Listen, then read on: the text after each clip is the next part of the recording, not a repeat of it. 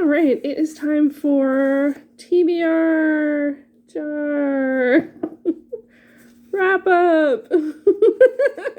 Hey everyone, it is Shannon and I'm super excited to be here today and to share with you this video. This is going to be me wrapping up my third pick from my TBR jars from earlier this year. I will leave an explanatory video up above of how I decided to do my TBR, at least for the beginning of the year, but the quick version is that I picked 4 big bucket genres, which are the 4 big bucket genres that I read, and for each of those I picked 10 titles under 300 pages, and I put those in jars. And so I have 4 jars. I have my nonfiction jar, I have my romance jar, I have a speculative fiction jar, and everything else jar, which is mostly literary fiction or realistic fiction. Anything that doesn't fit into the other categories goes there. And so yeah, and that's and mostly I decided to do that because I tend to only read one per those genres at the same time, and I can read a 300-page book in about 3 weeks. At least that was the idea. And so I was sort of testing out the hypothesis, could I pick from these jars every 3 weeks or so? So that was sort of the goal within the goal. It was to test that hypothesis. So yeah, so for my third set of picks, what did I get? For nonfiction, I got the art puzzle book, text by Susie, Hodge, puzzles by Dr. Gareth Moore. This satisfied several goals for me. It's a nonfiction art book, which is always one of my annual goals, to read nonfiction art books, and it was an owned unread book, so that was actually the only 2 goals I had. It is 191 pages. It took me 3 weeks to read it, and I gave it 8 out of 10. This is it has a really cool structure to it. It shows, I'm like, that's a dolly. I'm like, can I show a dolly? It's hard to tell.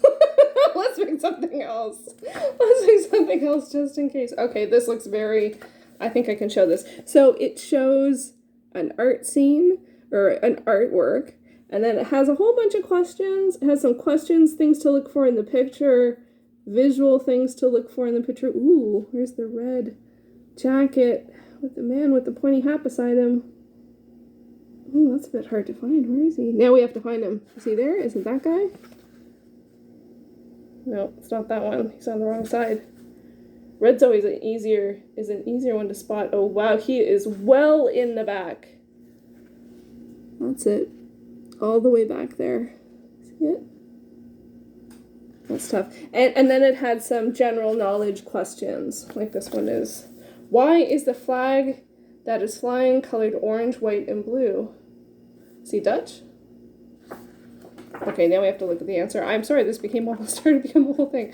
So this artwork is, because context, a winter scene with skaters near a castle, Heinrich Averkamp.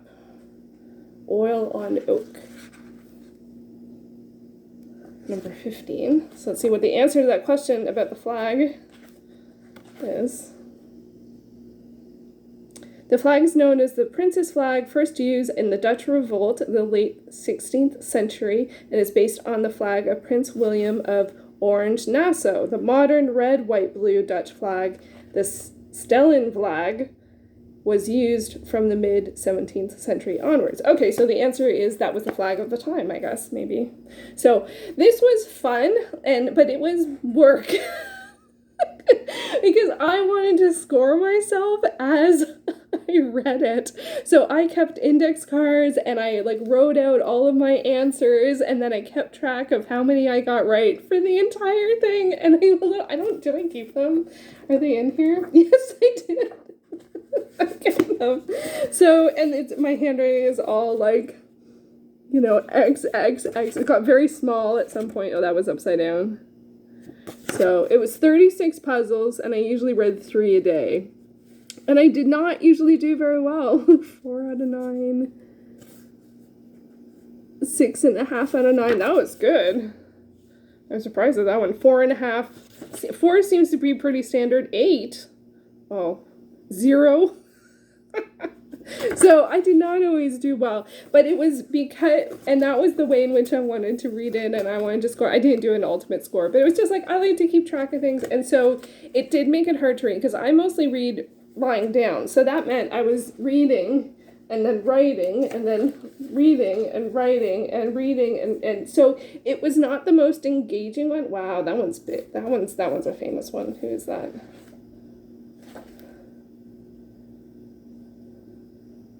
Michelangelo. Wow. Oh, I might. I don't want to get in trouble. Conversation of St. Paul. But some of the trivia, like, was the general knowledge stuff really was trivia, which means either you know it or you don't. Like, it's not like you can figure it out. And a lot of the look for it in the picture was like, count the amount of dogs. So of course I loved stuff like that. I think I did consistently the best at finding the image within the image, like those little cutouts. But some of the paintings were very, very small. Like I think the one I showed is probably the best example. So it was really, like, that's really, like, even looking at it up close, it's not a, oh, there's the dolly again. Oh, Frida. But, and because it's sort of trivia based, I feel like I would have learned from it, but I didn't. I mostly learned, did I know that or not? Which is more reaffirmation as opposed to learning something new. And that's fine because it is a puzzle book. So it's a puzzle. So it's fun and it's engaging and it's an activity, but it's not so much of a reading experience, but it was fun. I loved it. I enjoyed reading it. It was very engaging. It was a little tough on the hands though, because it is a heavier work and switching back between reading and writing. Like if you read at a desk or sitting up, I don't think there would be any problem, but for me, because I read lying down, it was a bit of a challenge, I'm gonna admit. Okay, so that we're off to a good start there. Next up, my romance title was Betrayal by Janet Kaiser. This was, my only goal for this one was an owned unread book. I was considering whether or not I should include it for reading Harlequin Blazes, because it's a temptation, but I decided against it. Because I have lots of blazes to read, so not that they aren't close enough, but I just decided against it. Anyway, it is 218 pages. It took me 3 full weeks to read it. I'm a little surprised at that, and I gave it a 7 out of 10. It was fun. It's a gothic, and I think in the introduction or in the outro, the author talks about how gothics are first person, which I didn't know that. Is that true? Is Rebecca first person? I always think of Rebecca as a gothic. Anyway, I've read another book by Janet Kaiser called Deceptions, and I actually quite enjoyed that one. I think I enjoyed that one a little bit more. This one does have something that's a little outdated. Now, this is from 93, so we're not, it's, how many years is that now? Is that 30? We're not gonna go there. Anyway, so in terms of the romantic interest, so the protagonist falls in love with someone pretty quickly. Then there's a bit of a scandal, potentially an insurance scandal. She doesn't know. And then, the story goes from there. And then there's like a potential other love interest. And I'm just like, are we really going here? Like especially in terms of a Harlequin, I don't know if I've ever read a Harlequin that had 2 love interests in the same book. Not someone who's an ex from the past, but like an active one. So it was a bit just surprising, but maybe given it's 29 years ago. Is it really 29 years ago? Yeah, so anyway, I did enjoy it. It wasn't a favorite. I liked Deceptions a lot better by Janet Kaiser, but it was a good read. It was, and I just want to get back in the habit of reading romance more regularly. I feel like I really don't read a lot of it, and I have tons of paperbacks, and I love reading it in paperback, but I found it a little hard to get into the rhythm of that one for some reason. I think often when I do my reading for this project, I read during the day, and often I read romance at night. So it threw that in a bit of a loop, and I tried, but I don't always know. It ended up just splitting my reading a little bit. So, but I learned that is a difference for me in terms of I like different kinds of readings at different times of day, which honestly is just a bit ridiculous to start to need to micromanage that. Or not have to micromanage it, or just know it. I don't know. So I learned that from that experience, but it did mean it took longer. I didn't expect to read it didn't expect it to take me 3 weeks to read a 200-page romance, but it did. It might be different if it was paranormal or an urban fantasy or historical. No, I don't think so. Anyway, that's something I need to think about for the future. Next up, speculative fiction. I read Martha Wells's Artificial Condition. I said that in the wrong order. I read Artificial Condition by Martha Wells, and this is the second in the Murderbot series. It is a novella. It hit some goals for me. It is one of the Booktube SFF Award shortlist titles, and I also owned it on Kindle, so it was an owned unread Kindle book. It was only 107 pages, novellas.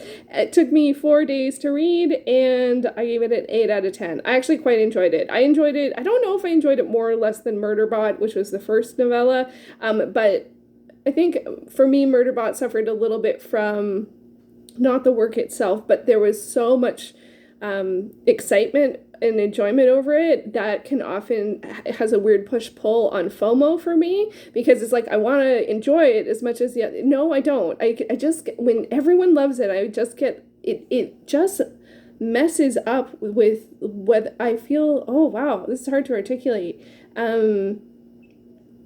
I second guess how I feel about it because I'm matching that against that other people liked or not, which honestly really shouldn't be the case. I should just read it. If I like it, I like it. If I don't like it, I don't like it, and have good conversations with people regardless of whether you agree. That's one of the things that I think I know now that I didn't necessarily know when I read Murderbot a couple years ago. Anyway, but this one is a bit more of a mystery, and it adds a new character that I thought was a really interesting character, and I like the storytelling style, and I will admit that I read most of this in one time because I was having a day where I was having a lot of trouble sleeping, so I ended up just saying okay, and I just read the rest of it. So that's not guaranteed reading time and it's not going to be the case with every work that I read, obviously, but it was the perfect title at the perfect time, and I enjoyed it enough to realize I do want to continue the series, which I wasn't sure going into this one, because I felt like Murderbot was good, but I just wasn't loving it as much as everyone else, and so I'm like going, what am I missing out on here? And then sometimes you just need to, dust that off, try the next one, or let it go, or whatever. But I'm glad that I tried the next one, because now I definitely will continue the series, especially, or at least in terms of the novellas. I don't know if I want to go into the full-on novels, which are now out. Gosh, I feel like Murderbot just came out like yesterday. Time, it just keeps on going. So, but I'm really, really happy about that. Now, for this particular round, I actually did not pick a title for literary work. I just continued to read The Stone Angel by Margaret Lawrence. Or I took this one off and read What Strange Paradise. I can't remember. This was my pick for round 2.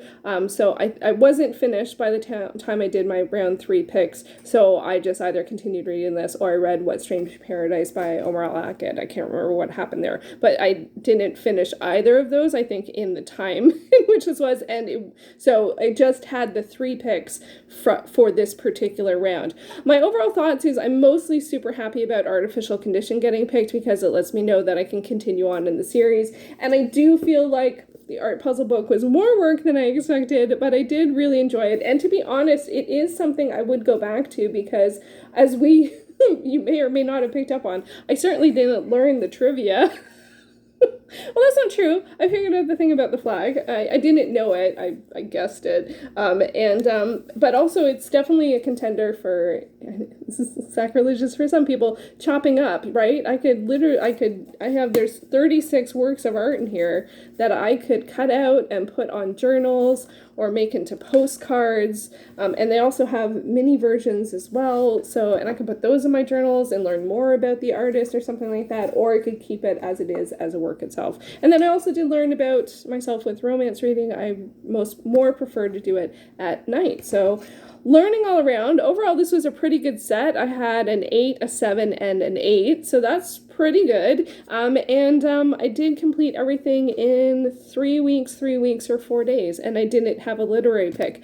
Maybe there's something to learn about that. Maybe there's something to learn about, should I only do nonfiction, romance, and speculative?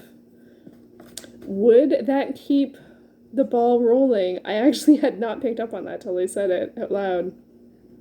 Learning. So I will be back with my wrap up and reflection on the project as a whole with my fourth picks, which was the last TBR jar picks that I did. And so I'll be back soon with that shortly. Oh, too many words in that sentence. I hope you enjoyed this, and I will be back soon with another video. Thanks for watching.